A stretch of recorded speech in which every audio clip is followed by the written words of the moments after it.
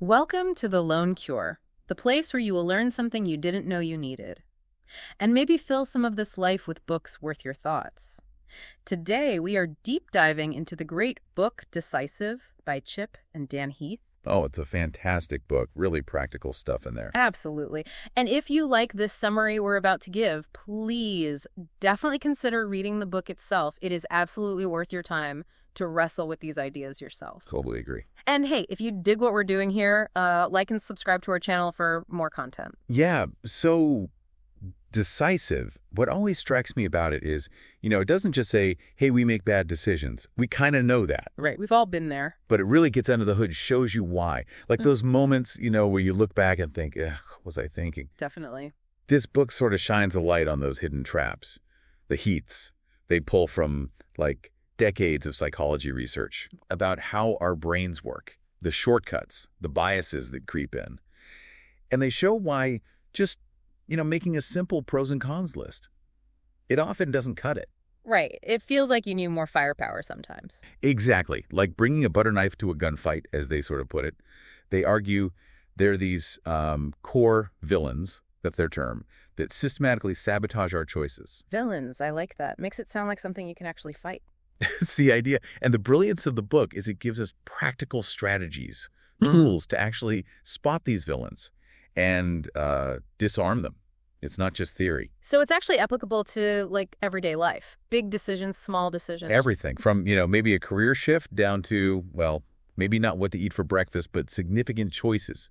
It's about moving from just guessing or reacting to making more thoughtful, confident choices. Okay, so these villains, it's a relief almost to think it's not just me being, dense sometimes. Right. It's these documented mental pitfalls we all fall into. So it's about getting tools we can actually use. Precisely. And, before they even jump into their own framework, they do a great job painting this picture of how universal these struggles are. They even point you to other really great reads in this area, like Kahneman's Thinking, Fast and Slow. Oh, yeah, class. Which really dives into the, the fast brain, slow brain thing that leads us astray. And Dan Ariely's Predictably Irrational, also fantastic. Yeah, that one's fascinating, too. Lots of quirky examples. Totally. And they also mention Nudge by Thaler and Sunstein, which is more about how, subtle environmental changes can guide us better. So they're setting the stage, saying, look, this isn't some niche problem. This is how all our brains work. Exactly. It's fundamental. All right, so let's meet villain number one. Who's the first culprit in this rogues gallery? The first big one is narrow framing. Narrow framing. Okay. Think of it like looking at this huge, vast landscape, but only through a tiny keyhole. Ah, okay. We tend to define our choices way too restrictively, often boiling them down to just like a binary, should I do X or should I not do X? Yeah, the classic yes, no. When reality is usually much more nuanced, right? Full of other possibilities we just don't see because of that narrow frame. Okay. The book uses this great example of a manager, Shannon, who's agonizing over whether to fire an employee, Clive. Right. Fire him or don't fire him. Seems simple, but it's probably not. Exactly. By framing it just like that, she's completely missing this whole spectrum of other actions. Yeah. Could Clive be retrained? Maybe his role needs adjusting. Could it be team dynamics? Lots of other possibilities. Loads. So, to fight this tunnel vision, the Heaths talk about widening your options. It means consciously forcing yourself to expand your view, generate more alternatives. Okay, so you have to actively work against that initial narrow thought. Yes, knowing about the bias isn't enough. You need techniques. So how do we actually do that? How do we widen our options practically? Well, one really cool example they share is from Steve Cole, a tech leader. He needed to pick a vendor for a new device. Okay. Instead of just picking one or two obvious choices, he set up what he called a horse race. A horse race. Yeah. He brought in multiple design options, engaged several different vendors all at the same time. Wow. Sounds like a lot of work. Well, yeah. And his colleagues apparently thought he was nuts at first, wasting time, resources. I can imagine. But the outcome, it was incredible. He didn't just meet more people and get better industry insights. He saw common threads emerge, best practices became clearer, and the vendors, knowing they were competing, they brought their absolute best game. Ah, so the competition spurred better results, and he learned more. Totally. It shows how creating more options proactively can lead to a way better outcome than just picking from the first couple you think of. A horse race of ideas. I like that. So if I'm stuck in that fork in the road feeling, I should try to brainstorm like at least one or two more paths. Precisely. Challenge the binary. Ask, what's another way? Or who else solves something like this? And they also talk about embracing the and goal. The and goal. Yeah, instead of thinking either, look for ways to combine things that seem like opposites. They use the example of Joseph Priestley negotiating with Lord Shelburne way back when. Okay, the scientist. Yeah. He didn't just say yes or no to the job offer. He actively looked for ways to make it work with his other priorities. Like, okay, I want the job. Andy, I need time for my science and time for my family. Ah, so he wasn't just accepting the constraints given. He was trying to reshape them. Exactly. Looking for those creative win-win solutions. It's like finding that vacation spot that's both affordable and exciting. You don't always have to choose just one. That's a really useful shift in thinking. Okay, so we've widened our options. What's the next villain lurking around the corner? Villain number 2, confirmation bias. Oh boy, I think I know this one. Oh, yeah, it's a big one. It's our deep-seated tendency to, seek out information that confirms what we already believe. Right. And we conveniently ignore or downplay or just don't even see evidence that contradicts our beliefs. It's like building a mental fortress and only letting in the friendly soldiers. Yeah, like when you're convinced, I don't know, a certain investment is a sure thing, and suddenly every article you read seems to back you up. Even if there's bad news out there, you just gloss over. That's it, exactly. So to fight this one, the book pushes reality testing your assumptions. Reality testing. It means you have to actively seek out the disconfirming information. Ask the tough questions, especially about the option you're already leaning towards. Ooh, that sounds uncomfortable. It can be, but it's crucial. One really powerful question they highlight comes from Roger Martin, the strategist.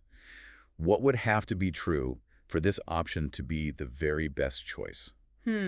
What would have to be true? Say more about that. Well, instead of just looking for reasons why your favorite option is, good enough, this question flips it.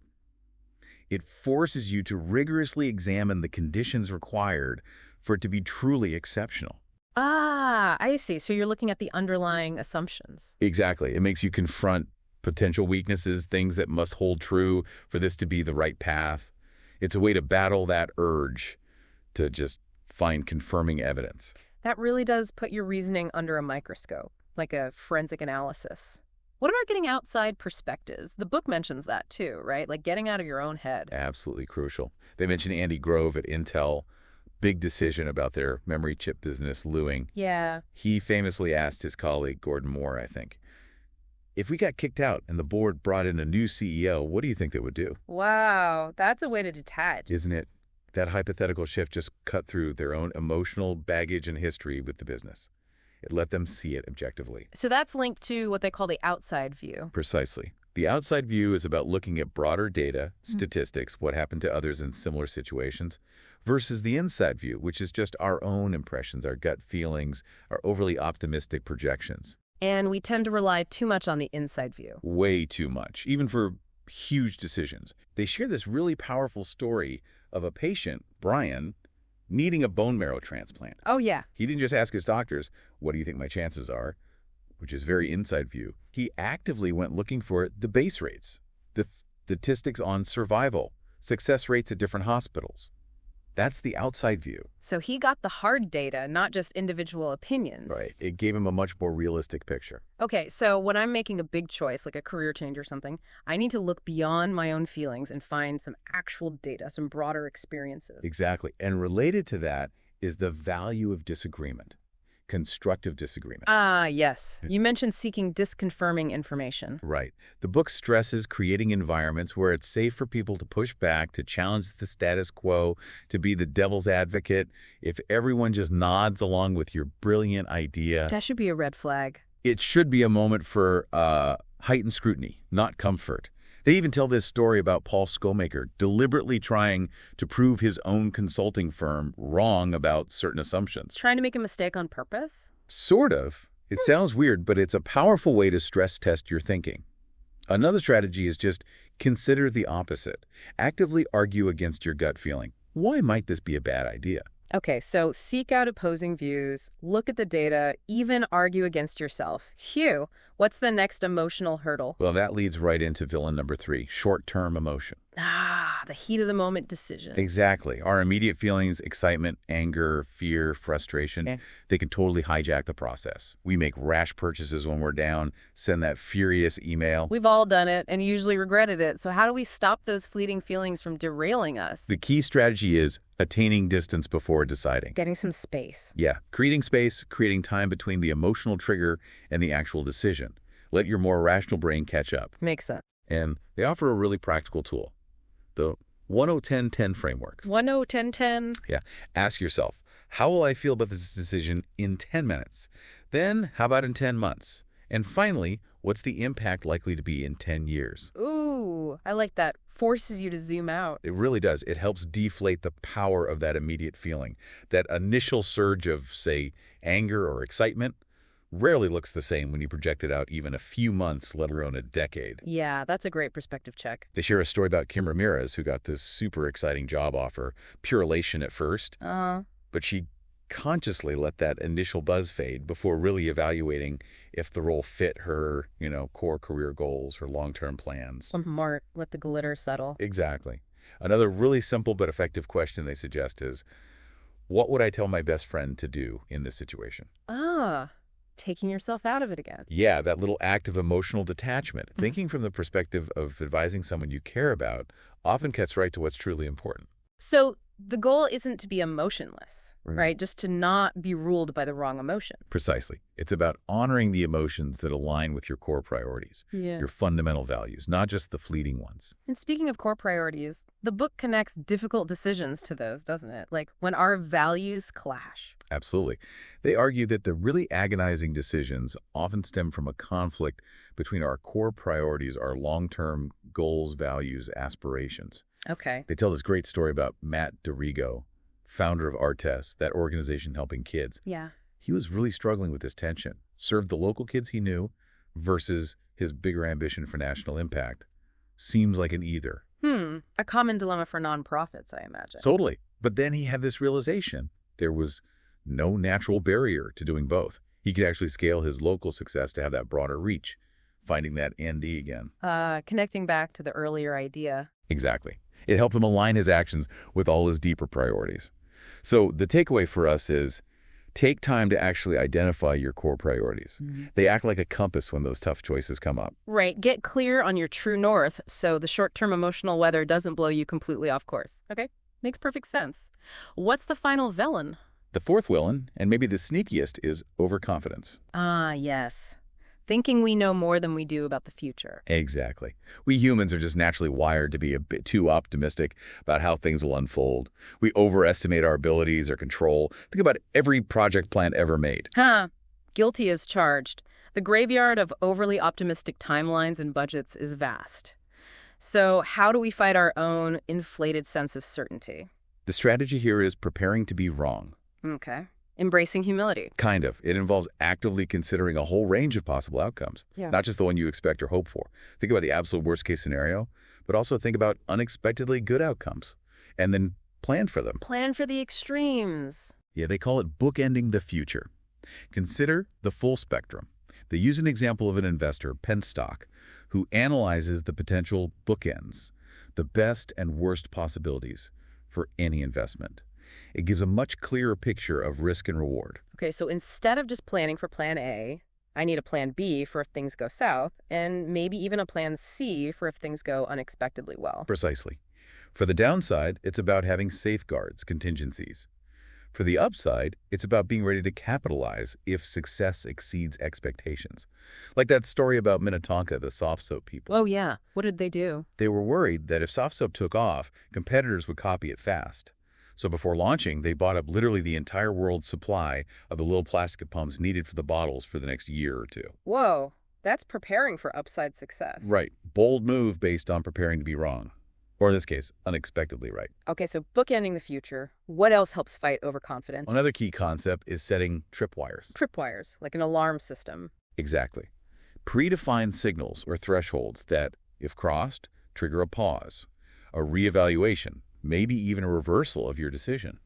Give me an example. Zappos, the shoe company. They famously offer new hires a bonus to quit after the first few weeks of training. They pay them to leave. Yeah. It sounds crazy, but it's a brilliant tripwire. It forces both the company and the new employee to really assess commitment early on.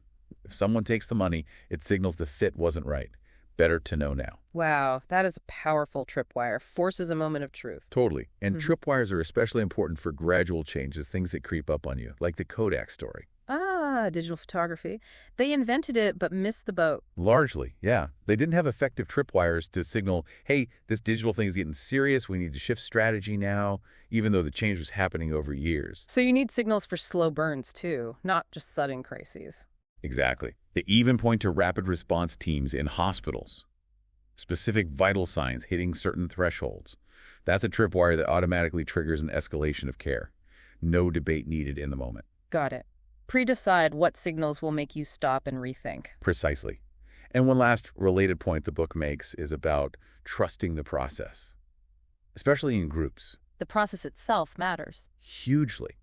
When people feel the decision-making process was fair, transparent, what academics call procedural justice, they're way more likely to buy into the outcome. Even if they didn't get exactly what they wanted. Even if they didn't. Research by Paul Nutt showed that when decisions involved bargaining-like, real negotiation until everyone could kind of live with it, the success rate shot way up. Interesting. And there's even research showing losers in court cases who felt the process was fair were almost as satisfied as winners who felt it wasn't. Wow. So how you decide is almost as important as what you decide, especially for getting people on board. Exactly. So focusing on a good, fair process might not feel glamorous, but the confidence and buy-in it builds allows for bolder choices and hopefully fewer regrets. This has been incredibly illuminating. Really understanding these villains, narrow framing, confirmation bias, short-term emotion, and overconfidence, and knowing there are concrete strategies to fight them, it feels empowering. It really is. Decisive gives you that roadmap, that toolkit. It feels like a book that can genuinely change how you approach things, big or small. Couldn't agree more. Very practical, very useful. So if you, our listener, found this deep dive helpful, maybe even a little eye-opening, please do like and subscribe for more content like this, aimed at helping you navigate life and learning. And as you go about your day today, maybe mull this over. Consider one decision you're facing right now or one you need to make soon. Which of these four villains might be whispering in your ear the loudest? Is it narrow framing, confirmation bias, that short-term emotional pull, or maybe a bit of overconfidence? And then think about one specific strategy we talked about. Could you widen your options? Could you reality test assumptions? Maybe use the 1-0-10-10 or set a tripwire. What could you consciously do differently? Something to think about. Thanks for joining us on The Lone Cure.